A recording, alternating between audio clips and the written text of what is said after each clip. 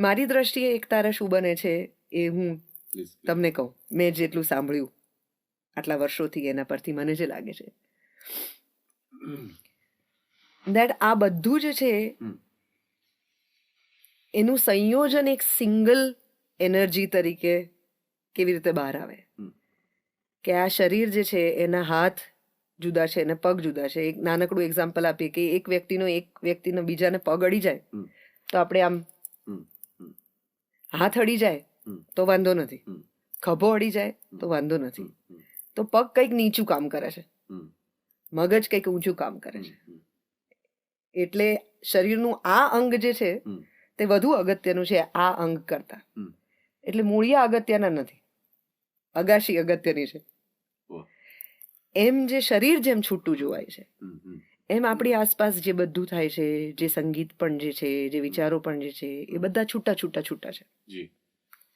અને જ્યારે એક તાર ની આપણે વાત કરીએ છીએ ત્યારે આ બધું એકચ્યુઅલી એક શ્વાસ પર ટકેલું છે. શ્વાસ અંદર ને શ્વાસ બહાર, માત્ર આ હકીકત છે. બાકીનું બધું જે છે એને કારણે છે અને એ નથી તો નથી.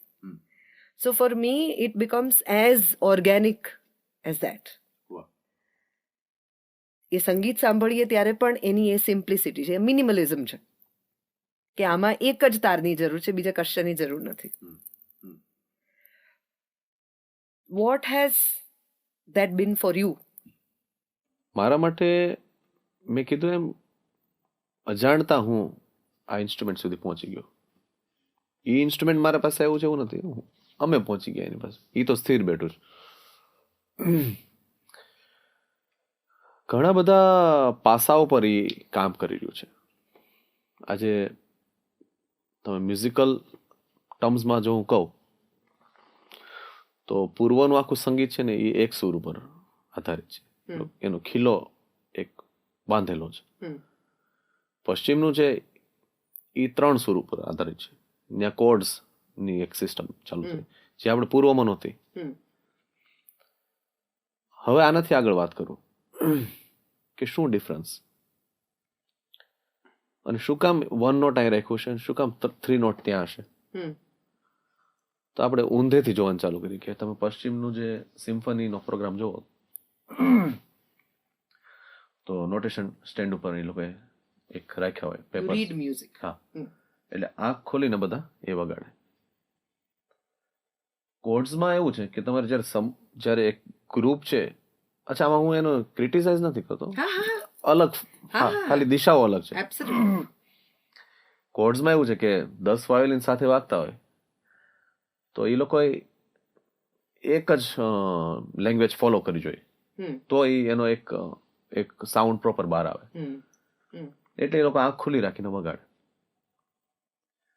હવે તમે ઈસ્ટર્ન મ્યુઝિકમાં આ કોશિશ કરવા જાઓ તો કદાચ કોકે એવું વિચાર્યું છે, આપણે એક સ્ટોરી કંઈક વિચારીએ કે ભાઈ આપણે બધા ફોલો કરવાનું છે, આંખ ખુલ્લી રાખીને વાંચવાનું છે, અને કોઈ કીધું હશે કે યાર આમાં તો આંખ બંધ તો થતી નથી.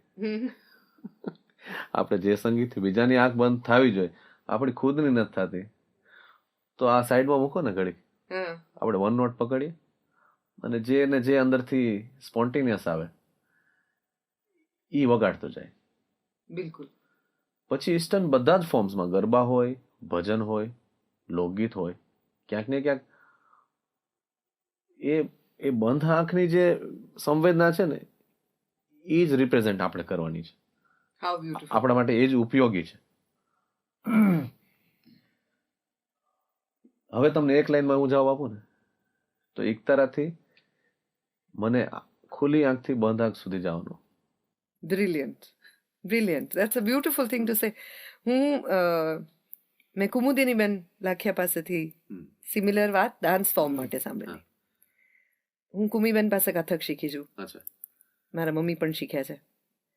એ મને સમજાવતા હતા કે કથક અને ભરતનાટ્યમ વચ્ચેનો ફરક શું છે. સાઉથના જેટલા પણ ડાન્સ ફોર્મ્સ જે છે એ તમને મૂળિયા સાથે જોડે છે, કારણ કે એ લો બેઝ છે. તમારું શરીર જે છે એ સ્કોટ પોઝિશનમાં નીચે જાય છે, એટલે સ્કોટ પોઝિશન બને છે. કથક હોય, ભરતનાટ્યમ હોય કે કુચીપુડી હોય કે કુડિયાટ્ટમ હોય, એ બધા અડધા બેસીને જે ડાન્સ પરફોર્મ કરે છે તે કરે. કથક જે છે એ ઉપર જાય છે, ઉર્ધ્વ. એટલે એ સૂફીઝમ સાથે, સ્પિરિચ્યુઆલિટી સાથે, એટલે જે નીચે જે જમીન સાથે જોડાયેલા છે એ ધર્મ સાથે જોડાયેલા ડાન્સ ફોર્મ્સ છે. અને જેટલા ઉર્ધ્વમાં જાય છે કથક જેવા ડાન્સ ફોર્મ્સ, એ સ્પિરિચ્યુઆલિટી સાથે જોડાયેલા ડાન્સ ફોર્મ્સ છે. અને એટલે જ તમે શરૂઆતમાં કીધું ખ્વાજા મેરે Khwaja, just imagine the dance movement in that. બે હાથ ઉપર છે, આંખો બંધ છે ને માણસ ગોળ ગોળ ફરે છે, બરાબર? એમાં બંધ આંખો જે છે એ તમે આંખો બંધ કરો છો તો તમે અંદરના ઈશ્વર સુધી, અંદરના અવાજ સુધી જાઓ છો.